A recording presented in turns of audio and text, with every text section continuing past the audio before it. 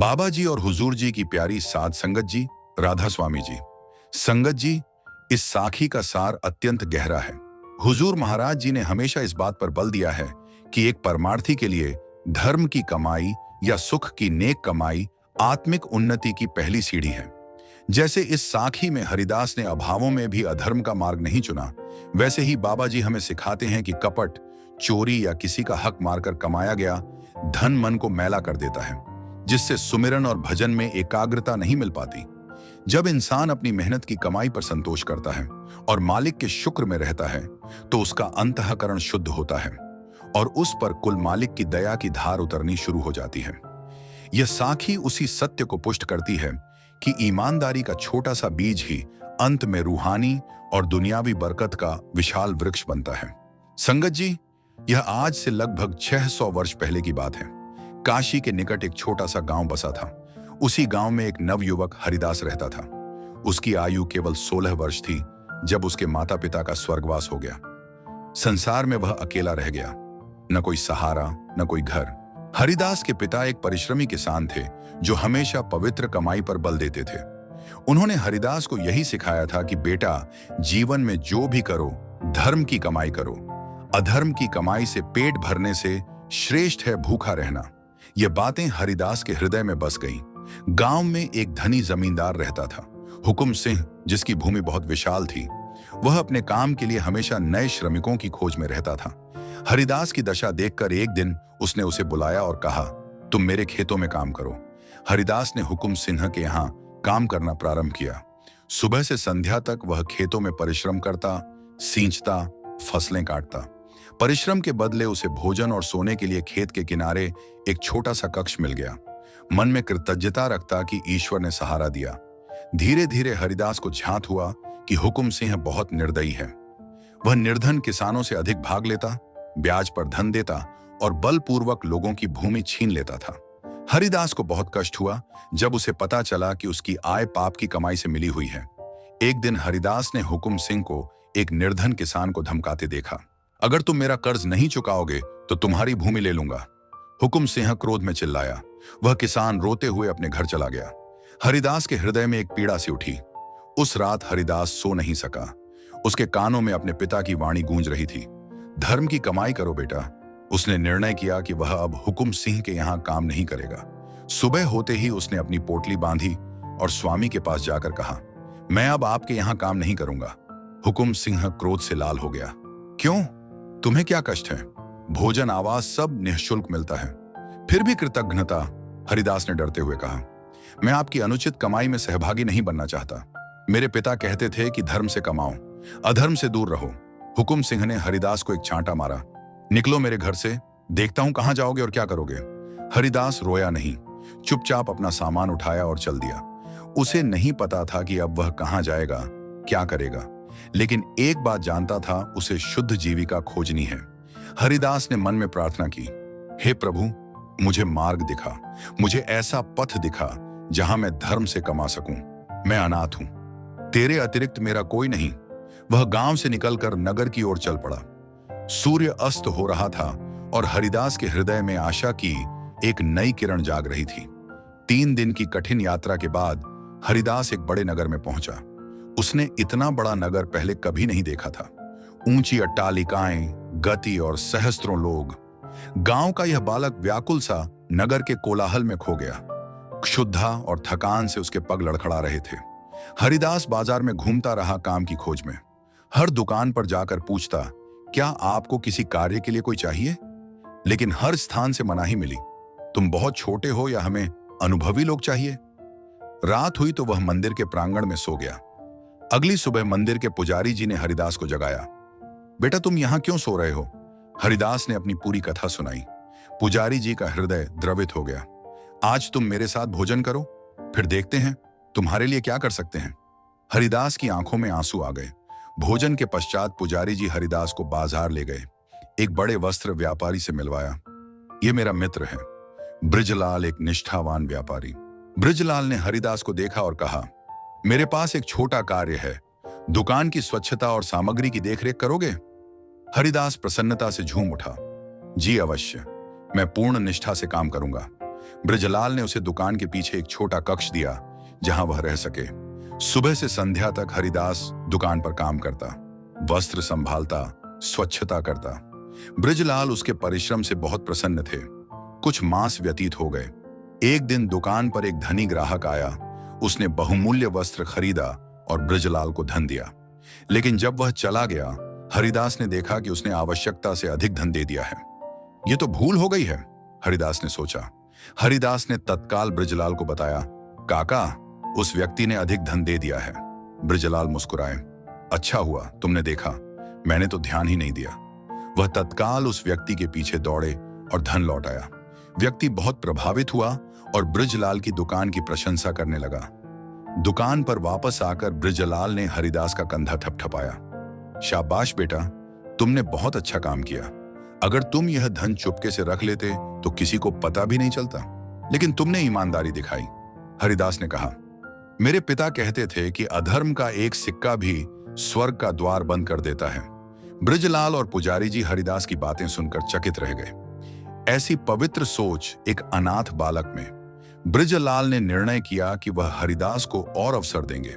हरिदास, अब तुम केवल स्वच्छता नहीं करोगे, मैं तुम्हें व्यापार सिखाऊंगा, वस्त्र की पहचान, मोल भाव, सब कुछ। हरिदास की आंखों में हर्ष के आंसू थे। आभार काका, मैं आपको निराश नहीं करूंगा। उस रात हरिदास ने कृतज्ञता का प्रणाम किया। हे प्रभु, तेरा आभार है कि तूने मुझे धर्म के मार्ग पर चलने की शक्ति दी और एक उत्तम गुरु दिया। हरिदास को नहीं पता था, उसकी वास्तविक परीक्षा अभी शेष है। समय बीतता गया और हरिदास ने ब्रजलाल काका से व्यापार के गुण सीखे। वस्त्र की पहचान, अच्छे माल की विशेषताएं, ग्राहक से बात करने की विधि, सब कुछ। ब्रजलाल काका ने देखा कि हरिदास में एक विशेष योग्यता है। वह शीघ्र सीख लेता है और कभी असत्य नहीं बोलता। एक दिन ब्रजलाल काका को घर पर एक आवश्यक कार्य था। हरिदास बेटा, आज तुम दुकान संभालो, मैं संध्या तक वापस आ जाऊंगा। हरिदास ने स्वीकृति दी, मगर भीतर से थोड़ा डर रहा था। प्रथम बार अकेले दुकान संभालनी थी, क्या मैं कर पाऊंगा, उसने मन में सोचा। दोपहर के समय एक धनी महिला दुकान पर आई। मैं अपनी पुत्री के विवाह के लिए बहुमूल्य वस्त्र देखना चाहती हूं। हरिदास ने श्रेष्ठ वस्त्र दिखाए। महिला ने एक महंगा जोड़ा पसंद किया। यह कितने का है? हरिदास ने वास्तविक मूल्य बताया, जो काफी अधिक था। महिला ने कहा, बेटा कुछ छूट दो, मूल्य बहुत अधिक है। हरिदास को ब्रजलाल काका की बात याद आई कि मूल्य में कोमलता रखनी चाहिए। उसने उचित छूट दी। महिला प्रसन्न हो गई और वस्त्र खरीद लिया। उसका पुत्र भी साथ था, जो हरिदास को ध्यान से देखता रहा। संध्या को ब्रजलाल काका वापस आए। हरिदास ने सारा लेखा जोखा दिखाया। ब्रजलाल काका बहुत प्रसन्न हुए। वाह बेटा, तुमने तो अद्भुत कार्य किया। आज से तुम दुकान का मुख्य अंग हो। हरिदास का परिश्रम फल लाया था। अब वह केवल सफाई करने वाला बालक नहीं, बल्कि एक सच्चा व्यवसायी बन चुका था। अगले दिन वही धनी महिला का पुत्र दुकान पर आया। मेरा नाम प्रशांत है, मैं राजघराने का सेवक हूं। उसने हरिदास से कहा, तुम्हारा कार्य देखकर मैं बहुत प्रभावित हुआ। राजा के महल में वस्त्रों का एक बड़ा आदेश है, क्या तुम हमारे साथ काम करना चाहोगे? हरिदास चकित रह गया। यह तो उसके स्वप्न से भी बड़ा अवसर था। प्रशांत ने कहा, तुम्हारा वेतन अभी का 4 गुना होगा।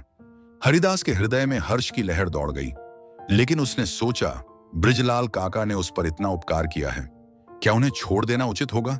हरिदास ने प्रशांत से कहा, मैं अपने गुरु से परामर्श करूंगा। संध्या को उसने ब्रजलाल काका को सब बताया।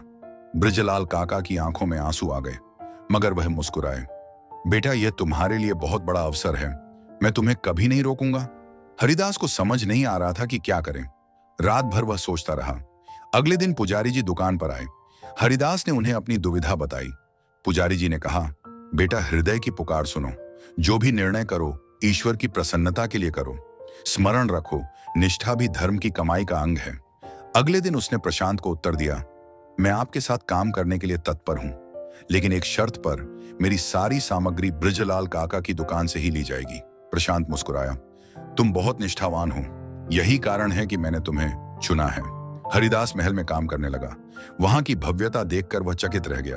स्वर्ण चांदी के पात्र, बहुमूल्य कालीन और रंग बिरंगी प्रकाश व्यवस्था।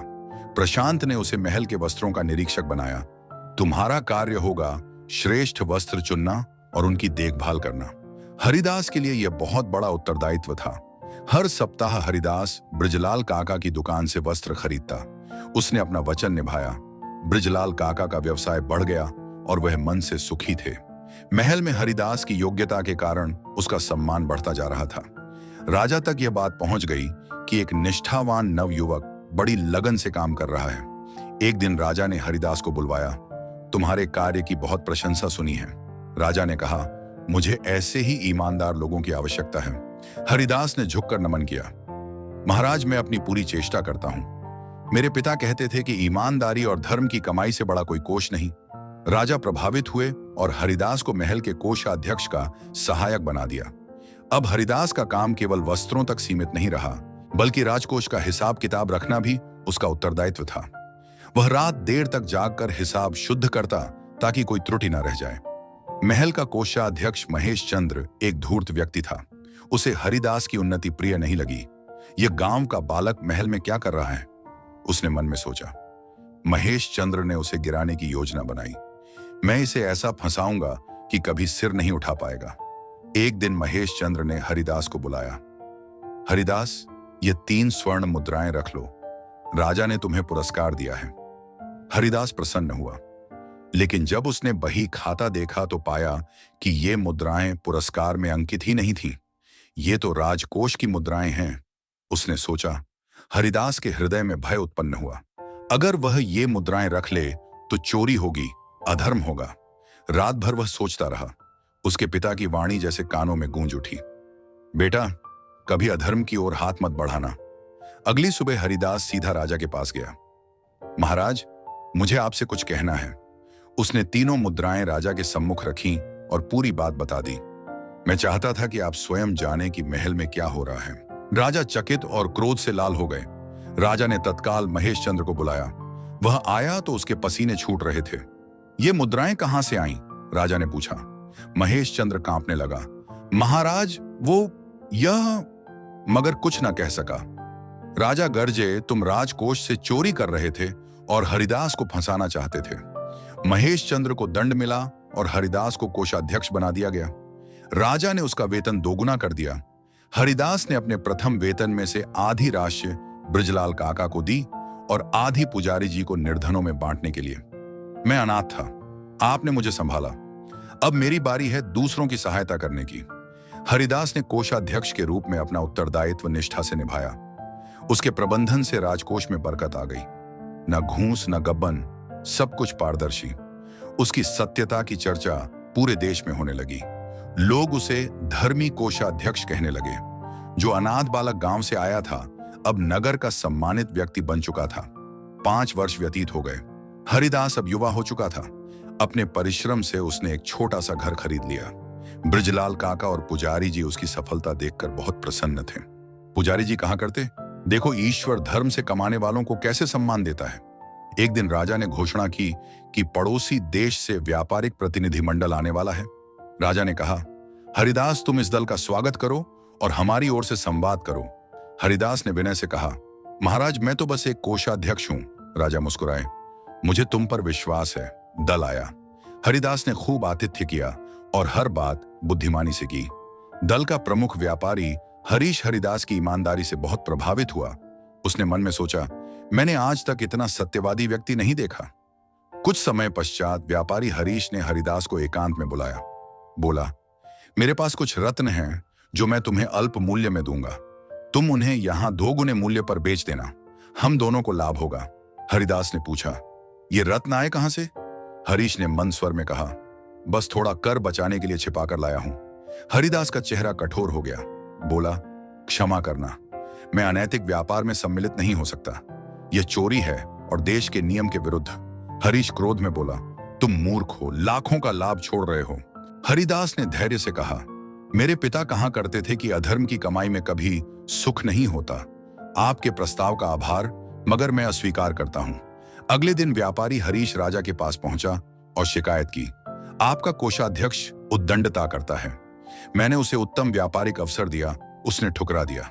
राजा ने पूछा, कैसा अवसर? हरीश मौन हो गया। वह क्या बताता कि वह अवैध सौदा करना चाहता था।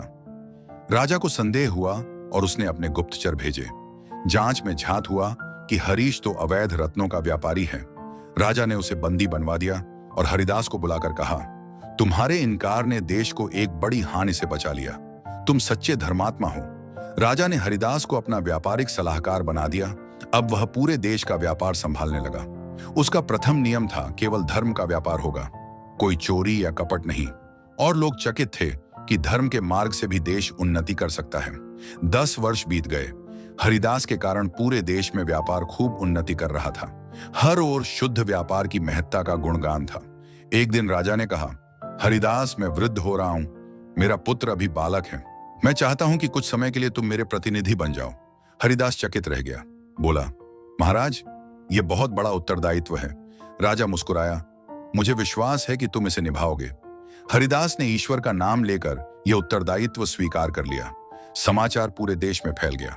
एक अनाथ बालक जो कभी मजदूरी करता था, अब देश का प्रतिनिधि बन गया है। हरिदास ने अपना कार्य न्याय से प्रारंभ किया। उसका प्रथम आदेश था, न्यायालयों में धनी निर्धन का कोई भेद नहीं रहेगा। जो अन्याय करेगा, चाहे कितना ही शक्तिमान क्यों ना हो, उसे दंड मिलेगा। एक दिन दरबार में एक वृद्ध किसान आया, जिसे सैनिक धकेलते हुए ला रहे थे। किसान रोते हुए बोला, यह जमींदार मेरी भूमि छीनना चाहता है। जमींदार को प्रस्तुत किया गया। वह हुकुम सिंह था, वही जिसके यहां हरिदास ने बचपन में काम किया था। हुकुम सिंह ने हरिदास को नहीं पहचाना, लेकिन हरिदास ने उसे तत्काल पहचान लिया। बोला, तुम पर आरोप है कि तुमने इस किसान की भूमि पर अवैध अधिकार किया है। हुकुम सिंह ने अहंकार से कहा, मैं बड़ा जमींदार हूं, यह निर्धन असत्य बोल रहा है। हरिदास ने प्रपत्र मंगवाए, साक्षी सुने। प्रमाण मिला कि हुकुम सिंह ने ब्याज पर धन देकर किसान की भूमि हड़प ली थी। हरिदास ने निर्णय सुनाया, भूमि किसान को लौटाई जाए और हुकुम सिंह पर दंड लगाया जाए। हुकुम सिंह का चेहरा लाल पड़ गया। वह चिल्लाया, तुम कौन होते हो निर्णय करने वाले? हरिदास ने शांत स्वर में कहा, मैं वही अनाथ बालक हूं जिसे तुमने चांटा मारकर निकाला था, केवल इसलिए कि मैंने अधर्म की कमाई से मना किया था। दरबार में सन्नाटा छा गया। हुकुम सिंह की आंखें झुक गईं। हरिदास ने कहा, मैं तुम्हें दंड इसलिए नहीं दे रहा कि तुमने मेरे साथ बुरा किया, बल्कि इसलिए कि तुमने अन्याय और पाप की कमाई की। स्मरण रखो, धर्म की कमाई में बरकत है, अधर्म में विनाश। हुकुम सिंह अब एक साधारण किसान बन गया। एक दिन वह हरिदास के पास आया। बोला, मुझे क्षमा कर दो, मैंने बहुत भूलें की। हरिदास मुस्कुराया, मैंने तुम्हें पहले ही क्षमा कर दिया था। ईश्वर से पश्चाताप करो और धर्म से कमाओ, अभी भी समय है। वर्षों बाद जब हरिदास वृद्ध हुआ, लोग उससे परामर्श लेने आते। किसी ने पूछा, आपकी सफलता का रहस्य क्या है? हरिदास ने मुस्कुराकर कहा, बस एक बात, मेरे पिता कहा करते थे, अधर्म का एक ग्रास भी स्वर्ग का द्वार बंद कर देता है। धर्म से कमाओ, कृतज्ञ रहो और दूसरों की सहायता करो, यही जीवन का वास्तविक लक्ष्य है। पिता की इस बात को मैंने बचपन से ही अपने हृदय में बसा लिया था और मैं जीवन भर उस पर चलता रहा। आज जब मैं पीछे मुड़कर देखता हूं तो स्वयं चकित रह जाता हूं। ईश्वर ने मुझे कहां से कहां पहुंचा दिया। निश्चित ही ईश्वर दयालु और कृपालु है। संगत जी, अंत में यह साखी उस मूलभूत सिद्धांत को चरितार्थ करती है कि साईं इतना दीजिए, जामे कुटुंब समाए।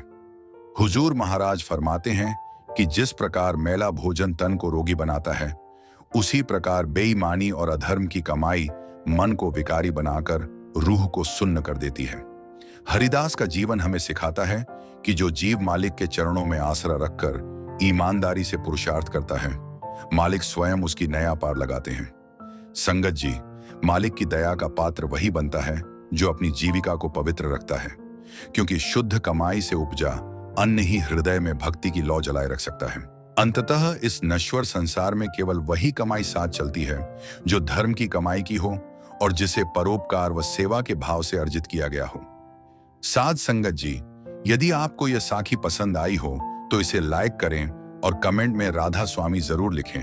साथ ही यह भी बताना कि आप किस शहर से ये वीडियो देख रहे हैं। ऐसी ही और रूहानी साखियों के लिए हमारे साथ जुड़े रहें।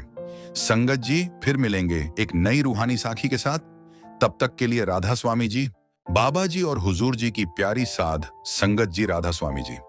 संगत जी, जो आज हम आपको साखी सुनाने जा रहे हैं, यदि इस साखी को देखा जाए तो यह हमारे मन की चालाकी और कुल मालिक की दया के बीच के द्वंद्व को दर्शाती है।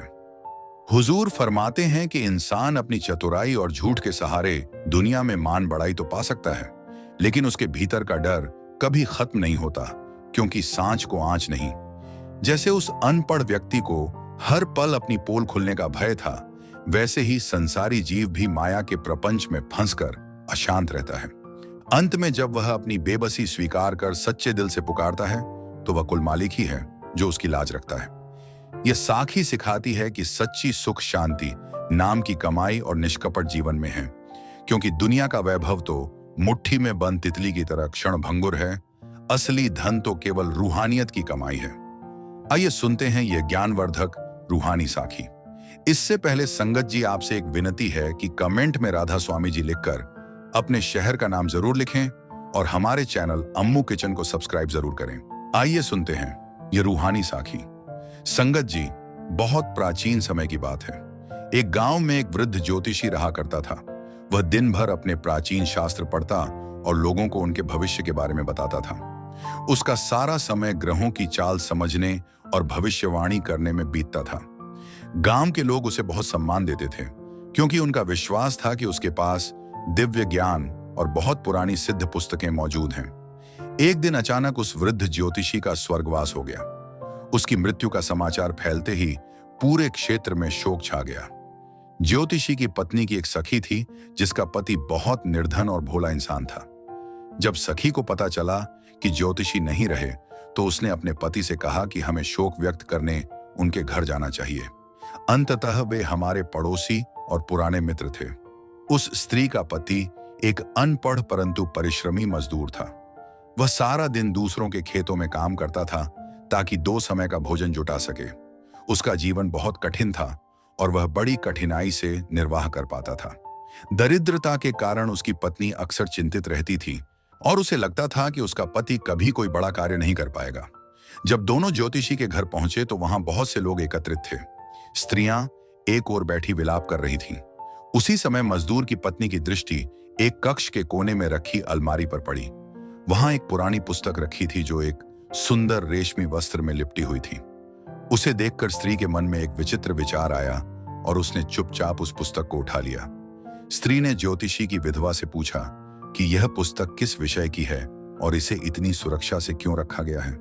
यह सुनते ही वह रो पड़ी और कहने लगी कि यह पुस्तक मेरे पति की सबसे मूल्यवान वस्तु थी। वह इसे कभी स्वयं से अलग नहीं करते थे और जहां भी जाते इसे साथ ले जाते थे। विधवा ने बताया कि इसी पुस्तक के प्रताप से हमें कभी किसी वस्तु का अभाव नहीं हुआ। यह हमारे लिए कुबेर के भंडार जैसी थी, जिसने हमें मान प्रतिष्ठा भी दी और धन भी। मेरे पति दूर दराज के नगरों में जाते और इसी पुस्तक को देखकर लोगों के भाग्य का विवरण बताते थे।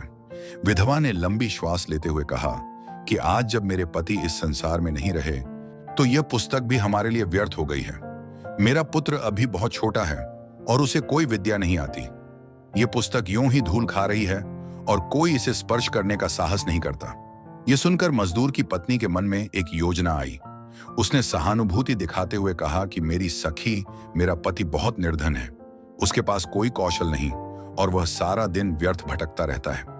यदि तुम यह पुस्तक मुझे दे दो तो कदाचित हमारा भाग्य बदल जाए।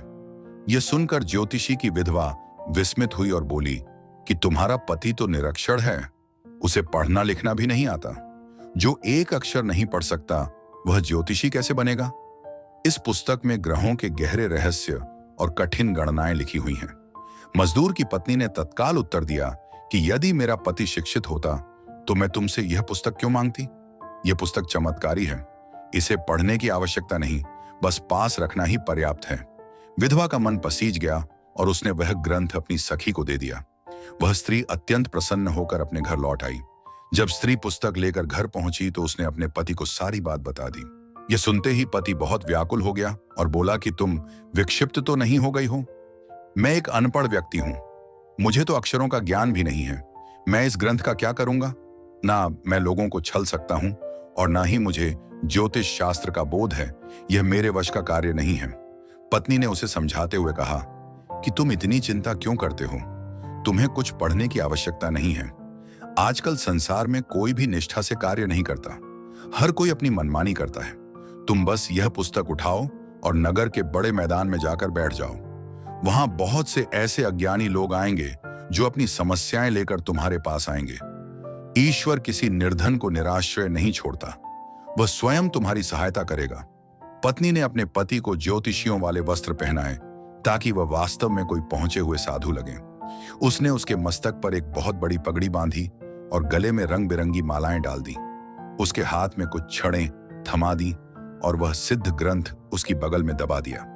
पति सहमे हुए चरणों से नगर की ओर चल पड़ा और उसके मन में यही भय था कि कहीं लोग उसे पकड़कर दंड न दें।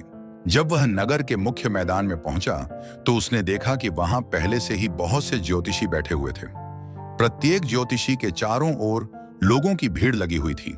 यह देखकर उसका भय थोड़ा कम हुआ और उसने सोचा कि जब इतने लोग यह कार्य कर रहे हैं तो मैं भी प्रयास कर सकता हूं। उसने एक शांत स्थान खोजा और अपनी पुस्तक सामने रखकर बड़ी गंभीरता से बैठ गया। उसने अपना मुख ऐसा बना लिया जैसे वह बहुत गहरे चिंतन में डूबा हुआ हो। वह गाल फुलाता, आंखें मटकाता और होठों को इस तरह हिलाता जैसे कोई बहुत कठिन मंत्र पढ़ रहा हो। कुछ ही समय बीता था कि एक किसान वहां से निकला। वह बहुत व्याकुल था क्योंकि उसका प्रिय घोड़ा कहीं खो गया था और बहुत खोजने के बाद भी नहीं मिला था। किसान हताश होकर जब घर लौटा तो उसकी पत्नी ने उसे परामर्श दिया कि नगर के मैदान में बहुत से पहुंचे हुए ज्योतिषी बैठते हैं, तुम वहां क्यों नहीं जाते? कदाचित कोई ज्योतिषी तुम्हें तुम्हारे अश्व का पता बता दे।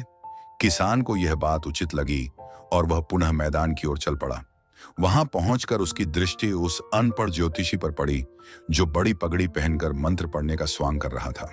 किसान उसके पास गया और श्रद्धा से प्रणाम करके बोला कि मेरा घोड़ा खो गया है, कृपा करके अपनी पुस्तक देखकर बता दीजिए कि वह कहाँ है।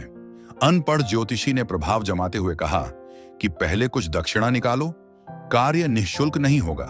किसान ने तुरंत अपनी जेब से चांदी का एक सिक्का निकाला और ज्योतिषी को दे दिया। सिक्का देखते ही ज्योतिषी के मन में प्रसन्नता की एक लहर दौड़ गई। ज्योतिषी ने एक वस्त्र उठाया, उस पर फूंक मारी और भूमि पर फेंक दिया। फिर उसने चांदी का सिक्का पुस्तक पर रखा और बड़े गर्व से पृष्ठ पलटने लगा जैसे सब कुछ पढ़ रहा हो। थोड़ी देर बाद उसने सिर उठाया और बोला कि तुम्हारा घोड़ा मिल गया है। अब चिंतित होने पहले शीत सेतु, फिर एक और सेतु और अंत में तुम्हें शोक नाम का सेतु मिलेगा। उसी सेतु के नीचे तुम्हारा घोड़ा बंधा हुआ खड़ा होगा। जाओ और अपना घोड़ा ले आओ, लेकिन स्मरण रखना कि घोड़ा मिलने के बाद वापस आकर मेरी शेष दक्षिणा अवश्य देना। किसान बहुत प्रसन्न हुआ और उसने वचन दिया कि घोड़ा मिलते ही वह उपहार भी देगा। किसान नगर से बाहर निकला और ज्योतिषी के बताए हुए मार्ग पर चल पड़ा। उसने पहला सेतु पार किया, फिर दूसरा, और जब अंत में शोक सेतु पर पहुंचा तो उसके आश्चर्य की कोई सीमा न रही। वहां वास्तव में उसका घोड़ा खड़ा था। किसान हर्ष से झूम उठा, घोड़े को दुलार किया और उसे लेकर सीधे ज्योतिषी के पास लौट पड़ा ताकि अपना वचन पूरा कर सके। किसान घोड़ा पाकर बहुत अधिक प्रसन्न था। उसने घोड़े के मूल्य का चतुर्थांश पुरस्कार के रूप में ज्योतिषी के सम्मुख रख दिया। किसान ने पूरे नगर में यह बात फैला दी कि यह नया ज्योतिषी बहुत सिद्ध पुरुष है। इसने क्षण भर में मेरे खोए हुए घोड़े का पता बता दिया। देखते ही देखते पूरे नगर में इस अनपढ़ ज्योतिषी की कीर्ति फैल गई और लोग दूर दूर से आने लगे। अब ज्योतिषी के पास लोगों का तांता लग गया था और वह बहुत धन कमाने लगा। हर कोई कहता था कि इसके पास ऐसी पुस्तक है जो लुप्त वस्तुओं का पता क्षणों में बता देती है। ज्योतिषी की पत्नी भी बहुत प्रसन्न थी कि अब उनके घर से दरिद्रता समाप्त हो गई है और बहुत सी धन संपत्ति आ रही है। लेकिन अनपढ़ ज्योतिषी का हृदय भीतर से बहुत डरा और सहमा रहता था। ज्योतिषी हर समय यही सोचता रहता था कि आज नहीं तो कल मेरा रहस्य अवश्य खुलेगा। वह जानता था कि उसे पढ़ना नहीं आता और घोड़े वाली बात तो बस एक संयोग थी। वह मन ही मन कहता कि यदि किसी दिन मैं किसी बड़ी समस्या का समाधान न बता सका तो ये लोग मुझे जीवित नहीं छोड़ेंगे। वह सारा दिन इसी भय और घबराहट में बिताता था। इसी बीच महाराज के राजप्रासाद में एक बहुत बड़ी चोरी हो गई। चोर महाराज का शाही कोष उड़ा ले गए और इस तरह अदृश्य हुए कि उनका कोई सुराग न मिला। जब महाराज को इस चोरी का पता चला तो वह क्रोध से लाल पीले हो गए। उन्होंने तुरंत अपने मंत्रियों, सैनिकों और प्रहरियों को सभा में बुलाया और उन पर बहुत क्रोध किया। महाराज ने सैनिकों को आदेश दिया कि तुम्हारे पास केवल दो मार्ग हैं, या तो चोरों को पकड़कर मेरा कोष वापस लाओ या फिर मृत्यु दंड के लिए तैयार हो जाओ। सैनिक और मंत्री भय से कांपने लगे और पूरे राज्य में चोरों की खोज आरंभ हो गई। प्रत्येक गली और कोना छान मारा गया, मगर कोष कहीं नहीं मिला। जब सैनिक निष्फल होकर लौट आए तो महाराज ने क्रोध में नया आदेश जारी किया। उन्होंने कहा कि जब सैनिक असफल हो गए हैं तो नगर के समस्त ज्योतिषियों और पंडितों को मेरे सम्मुख प्रस्तुत किया जाए। यदि वे कोष खोजने में असमर्थ रहे तो सबको मृत्यु दंड दिया जाएगा। मैं नहीं चाहता कि कोई मिथ्या ज्योतिषी लोगों को मूर्ख बनाता फिरे। राजकीय सैनिक मैदान में पहुंचे और वहां बैठे समस्त ज्योतिषियों को पकड़कर महल ले आए। उनमें वह अनपढ़ ज्योतिषी भी था जो भय के मारे पीला पड़ गया था। महाराज ने सबके सम्मुख घोषणा की कि मेरा कोष चोरी हो गया है और तुम सबको मिलकर उसे खोजना होगा। यदि तुम असफल रहे तो किसी के प्राण नहीं बचेंगे। सभा में सन्नाटा छा गया और किसी ज्योतिषी का साहस नहीं हो रहा था कि वह कुछ बोले। महाराज ने फिर गरज कर कहा कि क्या तुम सबकी जिह्वा कट गई है? तुम तो लोगों को भाग्य बताते थे, अब मौन क्यों हो? बड़े बड़े ज्योतिषी और विद्वान भय के मारे कांप रहे थे। महाराज का क्रोध देखकर समस्त ज्योतिषी घुटनों के बल झुक गए और अनुनय विनय करने लगे। उन्होंने कहा कि हे अन्नदाता, आप हमें चाहे मार दें या जला दें, हम कोष खोजने में असमर्थ हैं। परंतु हमारे मध्य एक ऐसा ज्योतिषी है जिसने किसान का खोया हुआ अश्व क्षण भर में खोज निकाला था। यह कहते हुए उन्होंने अनपढ़ ज्योतिषी की ओर संकेत कर दिया। महाराज ने अनपढ़ ज्योतिषी की ओर देखा और आदेश दिया कि अब तुम ही मेरा कोष खोजोगे।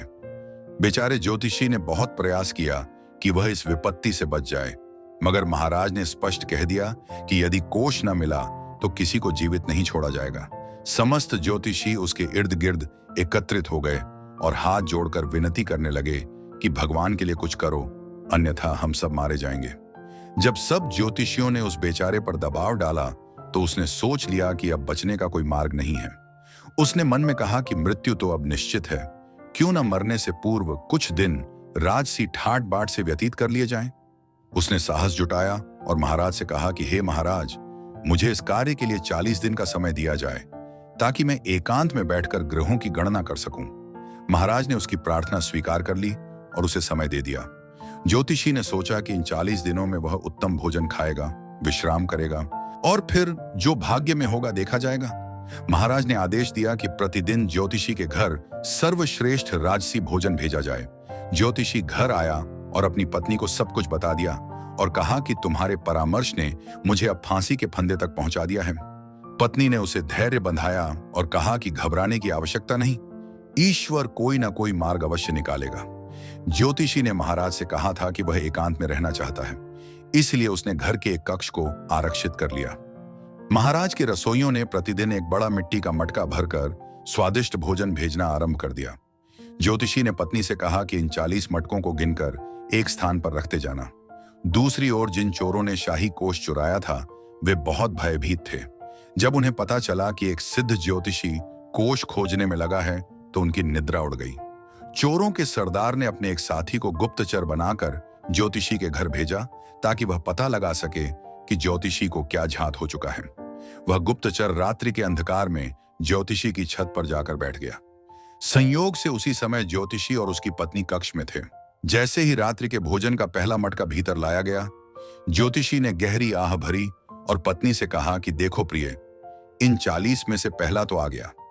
ज्योतिषी का संकेत पहले मटके की ओर था, मगर छत पर बैठे चोर ने समझा कि ज्योतिषी को पता चल गया है कि पहला चोर वहीं उपस्थित है। यह सुनते ही गुप्तचर बुरी तरह घबरा गया और कांपता हुआ अपने सरदार के पास पहुंचा। उसने हांफते हुए बताया कि वह ज्योतिषी कोई साधारण मनुष्य नहीं है। उसने मुझे देखे बिना ही पहचान लिया कि मैं वहां हूं। सरदार ने उसे डांटा और कहा कि तुम बहुत कायर हो। कदाचित उसने किसी और बात पर ऐसा कहा होगा, लेकिन चोर अड़ा रहा कि ज्योतिषी ने उसे ही पहला कहकर पुकारा था। अगले दिन सरदार ने एक और चोर को भेजा ताकि वह जाकर वास्तविकता झांत करे। दूसरा चोर भी छत पर जा छिपा और भीतर की बातें सुनने लगा। उसी समय दूसरा मटका भीतर लाया गया था। ज्योतिषी ने हताशा से मटके की ओर देखा और कहा कि आज दूसरा भी आ गया, अब दिन कम होते जा रहे हैं। चोर ने समझा कि ज्योतिषी ने दूसरे चोर की उपस्थिति भी भांप ली है। दूसरा चोर भी उल्टे पांव भागा और जाकर सरदार से कहा कि वह ज्योतिषी सच में सिद्ध पुरुष है। उसने मेरा नाम लिए बिना बता दिया कि दूसरा चोर आ चुका है। अब चोरों के दल में खलबली मच गई। सरदार को अब भी पूर्ण विश्वास नहीं हो रहा था और उसने सोचा कि शायद उसके साथी डरपोक हैं। इसलिए उसने स्वयं जाने का निर्णय किया। तीसरी रात्रि चोरों का सरदार स्वयं ज्योतिषी की छत पर पहुंचा और कान लगाकर सुनने लगा। उसी समय कक्ष में तीसरा बड़ा मटका लाया गया। ज्योतिषी ने मटके को स्पर्श किया और पीड़ा भरे स्वर में कहा कि आह, आज तो सबसे बड़ा भी आ गया। ज्योतिषी का संकेत सबसे बड़े मटके की ओर था, मगर सरदार ने समझा कि ज्योतिषी ने चोरों के सरदार को पहचान लिया है। सरदार का रक्त सूख गया और उसे विश्वास हो गया कि अब उनकी खैर नहीं है। वह तुरंत छत से उतरा और अपने साथियों से कहा कि हमें इस ज्योतिषी से क्षमा मांग लेनी चाहिए, अन्यथा वह महाराज को सब कुछ बता देगा और हमारे प्राण संकट में पड़ जाएंगे।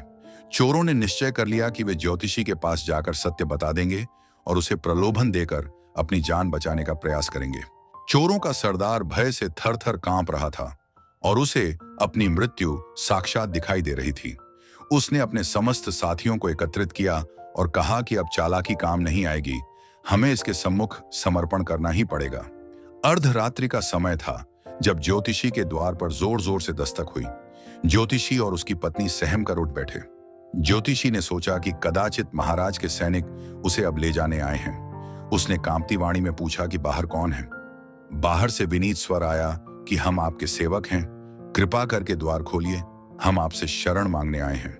ज्योतिषी ने डरते डरते द्वार खोला तो सामने कुछ व्यक्ति खड़े थे जिनके मुख ढंके हुए थे। उनके सरदार ने आगे बढ़कर ज्योतिषी के चरण पकड़ लिए और रोने लगा।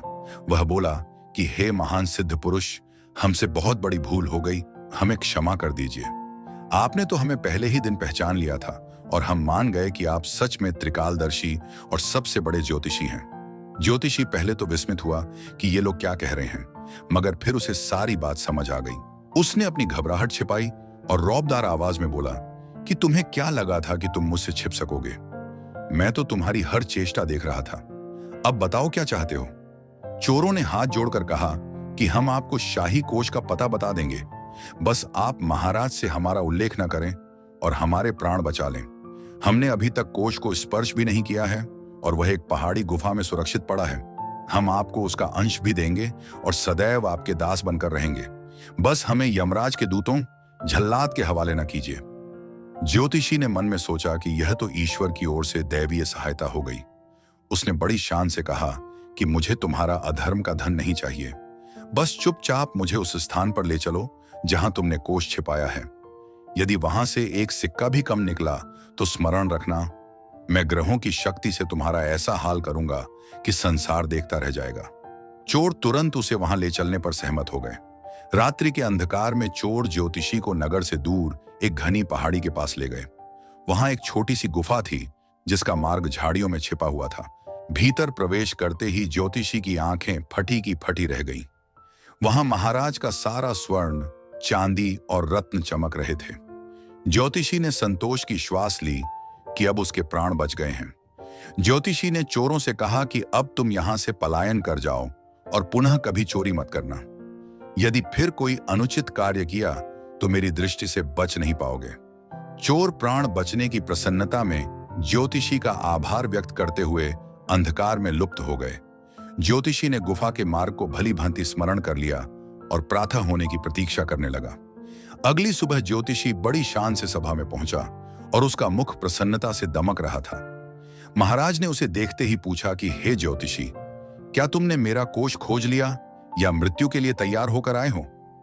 ज्योतिषी ने मुस्कुराकर उत्तर दिया कि महाराज, ग्रहों ने मुझे सब बता दिया है। आपका कोष सुरक्षित है और अमुक पहाड़ी की गुफा में रखा हुआ है। महाराज अपने सैनिकों के साथ बताए हुए स्थान पर पहुंचे और जब गुफा के भीतर कोष देखा तो उनकी प्रसन्नता का कोई ठिकाना न रहा। उन्होंने ज्योतिषी को गले लगा लिया और उसे बेशुमार पुरस्कारों से पुरस्कृत किया। पूरे नगर में घोषणा करवा दी गई कि यह ज्योतिषी संसार का सबसे बड़ा विद्वान है। मगर महाराज के मन में अभी एक और परीक्षा शेष थी जिससे ज्योतिषी सर्वथा अनभिज्ञ था।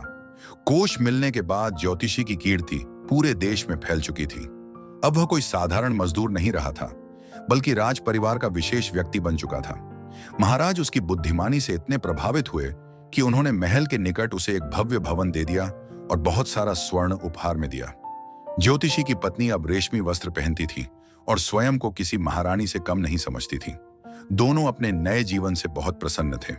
महाराज ने एक बहुत बड़े भोज का आयोजन किया, जिसमें देश के समस्त ज्योतिषियों और विद्वानों को आमंत्रित किया गया।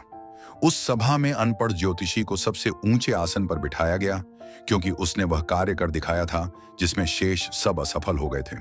दूसरे ज्योतिषी उसे ईर्ष्या और विस्मय की दृष्टि से देख रहे थे, क्योंकि वे जानते थे कि कोष खोजना कोई साधारण बात नहीं थी। भोज के दौरान ज्योतिषी बहुत गर्व से बैठा हुआ था और स्वयं को वास्तव में एक महान व्यक्ति समझने लगा था। उसके हृदय से वह भय निकल चुका था जो पहले दिन उसे सताता था। वह भूल गया था कि यह सब केवल संयोग और चोरों की अज्ञानता के कारण हुआ था। वह अपनी बड़ी पगड़ी संभालता और लोगों की प्रशंसा सुनकर मुस्कुराता रहता था, जैसे वह सचमुच अंतर्यामी हो। जब महाराज ने देखा कि ज्योतिषी बहुत अधिक आत्मविश्वासी हो गया है, तो उनके मन में एक कौतूहल उत्पन्न हुआ। वह यह देखना चाहते थे कि यह ज्योतिषी सच में दिव्य ज्ञान रखता है या केवल उसके भाग्य ने उसका साथ दिया है। महाराज ने चुपके से अपने पास लगे एक पुष्प पर बैठी तितली को अपनी मुट्ठी में दबोच लिया और हाथ इस तरह बंद कर लिया कि न तितली को क्षति पहुंचे और न किसी को कुछ दिखाई दे। महाराज ने सभा में उपस्थित समस्त ज्योतिषियों की ओर देखा और उच्च स्वर में कहा कि हे बुद्धिमान लोगों, मैं तुम सब का एक अंतिम परीक्षण लेना चाहता हूं। जो इसमें सफल हुआ वही मेरा सबसे प्रिय परामर्शदाता बनेगा और जो असफल हुआ वह मिथ्या सिद्ध होगा। यह सुनते ही सभा में सन्नाटा छा गया और सब ज्योतिषी एक दूसरे का मुख देखने लगे। महाराज ने अपनी बंद मुट्ठी सबके सम्मुख उठाई और पूछा कि बताओ, मेरी इस मुट्ठी के भीतर क्या है? यदि तुम वास्तव में ज्योतिष विद्या जानते हो तो तुम्हें यह छोटी सी बात भी झांत होनी चाहिए। समस्त ज्योतिषियों के पसीने छूट गए, क्योंकि बंद मुट्ठी में क्या है इसका अनुमान लगाना असंभव था। सब मौन खड़े रहे और किसी का साहस नहीं हुआ। काफी देर तक जब कोई उत्तर नहीं आया तो महाराज क्रोध में बोले कि क्या तुम सबके दावे झूठे हैं? क्या यहां कोई भी ऐसा नहीं जो बता सके कि मेरी मुट्ठी में क्या छिपा है? एक वृद्ध ज्योतिषी आगे बढ़ा और बोला कि महाराज, यह विद्या हमारे वश की नहीं। यह तो वही बता सकता है जिसने आपका लुप्त कोष खोजकर अपनी योग्यता सिद्ध की थी। अब महाराज ने अनपढ़ ज्योतिषी की ओर देखा और कहा कि हाँ ज्योतिषी महोदय, अब आपकी बारी है।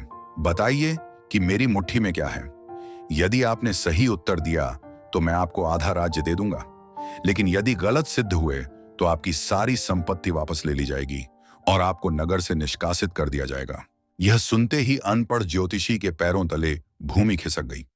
उसे लगा कि अब उसका अंतिम समय आ गया है। उसने अपनी पुस्तक के पृष्ठ पलटे, आकाश की ओर देखा और मन ही मन स्वयं को कोसने लगा कि काश उसने यह असत्य न बोला होता। वह जानता था कि अब कोई तुकबंदी काम नहीं आएगी और उसका शरीर पसीने से तर हो गया। ज्योतिषी को मौन देखकर महाराज गरज कर बोले कि शीघ्र बोलो, तुम्हारे पास केवल 1 मिनट है, अन्यथा मृत्यु दंड दिया जाएगा। ज्योतिषी ने सोचा कि अब सत्य के अतिरिक्त कोई मार्ग नहीं, मगर वह सत्य भी ऐसे शब्दों में कहना चाहता था कि कदाचित कोई चमत्कार हो जाए। उसने अपना पूरा जीवन आंखों के सामने घुमा लिया और एक लंबी ठंडी श्वास ली। महाराज की बंद मुट्ठी देखकर ज्योतिषी का बुरा हाल था। उसे लग रहा था कि अब उसकी आयु के अंतिम क्षण हैं। सभा में उपस्थित प्रत्येक आंख उसे देख रही थी। दूसरे ज्योतिषियों के चेहरों पर व्यंग्य भरी मुस्कान थी, क्योंकि वे चाहते थे कि यह अनपढ़ ज्योतिषी असफल हो जाए। ज्योतिषी ने सोचा कि अब मौन रहना ही श्रेयस्कर है और अपने भाग्य पर कोई अंतिम वाक्य कहकर परिणाम के लिए तैयार हो जाऊं। ज्योतिषी को अपना पुराना जीवन स्मरण आया जब वह निर्धन था और उसकी पत्नी ने उसे इस कठिन कार्य में डाल दिया था। उसे वह दिन याद आया जब वह प्रथम बार मैदान में बैठा था और किसान उसके पास आया था। उसे अपनी विवशता पर रोना आ रहा था, लेकिन उसने धैर्य नहीं खोया। उसने सोचा कि मरना तो है ही, क्यों न अपनी स्थिति को ही शब्दों में व्यक्त कर दूं। ज्योतिषी ने एक गहरी सांस ली और महाराज की ओर देखकर अत्यंत दुखी स्वर में कहा, हे महाराज, मनुष्य का जीवन भी बड़ा विचित्र है। पहली बार वह बच निकलता है, दूसरी बार भी भाग्य उसका साथ देता है, लेकिन हे मेरे भाग्य, तीसरी बार वह मुट्ठी में बंद तितली की तरह फंस ही जाता है। उसका संकेत अपनी आत्मा की ओर था कि अब वह पूरी तरह फंस चुका है। जैसे ही ज्योतिषी ने मुट्ठी में बंद तितली के शब्द कहे, पूरी सभा में सन्नाटा छा गया। महाराज की आंखें विस्मय से फैल गईं। महाराज ने तुरंत अपनी मुट्ठी खोली तो उसके भीतर से एक सुंदर रंगीन तितली निकलकर उड़ने लगी। महाराज झट से अपने आसन से खड़े हो गए और ऊंचे स्वर में बोले, अद्भुत! तुम तो वास्तव में सिद्ध पुरुष हो। तुमने बिल्कुल सही पहचाना कि मेरी मुट्ठी में तितली है। सभा जयकारों के नारों से गूंज उठी। महाराज को विश्वास हो गया कि ज्योतिषी ने अपनी दिव्य दृष्टि से मुट्ठी के भीतर देख लिया था। ज्योतिषी स्वयं भी आश्चर्यचकित रह गया कि उसने तो अपने भाग्य को कोसने के लिए तितली का उदाहरण दिया था, लेकिन वही उसके उद्धार का मार्ग बन गई। उसे बोध हुआ कि ईश्वर ने एक बार फिर उसे लज्जित होने से बचा लिया और नया जीवन दिया। महाराज ने ज्योतिषी को गले लगाकर उसे राज्य का सबसे बड़ा ज्योतिषी घोषित किया। उसे स्वर्ण मुद्राओं से भरी कई थैलियां और मूल्यवान वस्त्र दिए गए। महाराज ने घोषणा की कि आज से इस ज्योतिषी की प्रत्येक बात पत्थर की लकीर मानी जाएगी। ज्योतिषी जब पुरस्कार और सम्मान लेकर घर पहुंचा तो उसकी पत्नी प्रसन्नता से झूम उठी, लेकिन ज्योतिषी का हृदय अब भी धड़क रहा था। उसने अपनी पत्नी को कक्ष में ले जाकर कहा, देखो, अब बहुत हो गया। ईश्वर ने बार बार मेरा मान रखा है, लेकिन हर बार ऐसा नहीं होगा। यह संपत्ति हमारे लिए पर्याप्त है। मैं अब इस असत्य और भय के जीवन में नहीं रहना चाहता।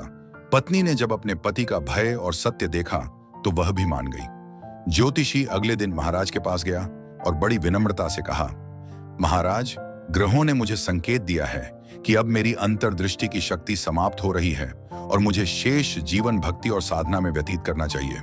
इसलिए मुझे अब इस कार्य से मुक्त कर दिया जाए। महाराज ने उसकी निष्ठा पर उसे अनुमति दे दी।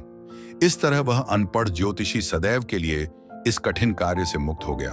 उसने वह चमत्कारी पुस्तक वापस ज्योतिषी की विधवा को लौटा दी और महाराज से प्राप्त धन से एक बड़ा व्यापार आरंभ कर लिया। अब वह वास्तव में परिश्रम की रोटी कमा रहा था। गांव के लोग अब भी उसे सम्मान से देखते थे, लेकिन उसे प्रसन्नता इस बात की थी कि अब उसे किसी से डरने की आवश्यकता नहीं। इस कहानी से हमें यह शिक्षा मिलती है कि कभी-कभी मनुष्य का सौभाग्य उसे बहुत ऊंचा ले जाता है, लेकिन असत्य की नींव पर खड़ी सफलता सदैव भय में रखती है। वास्तविक सम्मान केवल परिश्रम और सत्य में है। ज्योतिषी ने समय रहते पश्चाताप कर लिया और एक शांत जीवन जीने लगा। ईश्वर ने उसकी प्रार्थना स्वीकार की और उसे संसार और परलोक की लज्जा से बचा लिया। संगत जी, इस साखी से हमें यह सीख मिलती है कि नेकी और सच्चाई की कमाई ही रूहानी तरक्की की असली नींव है। हुजूर महाराज फरमाते हैं कि जीव को दुनिया में रहते हुए अपनी जिम्मेदारियां पूरी ईमानदारी और मेहनत से निभानी चाहिए, क्योंकि कपट्टी और छल का जीवन अंततः रूह को बोझिल कर देता है।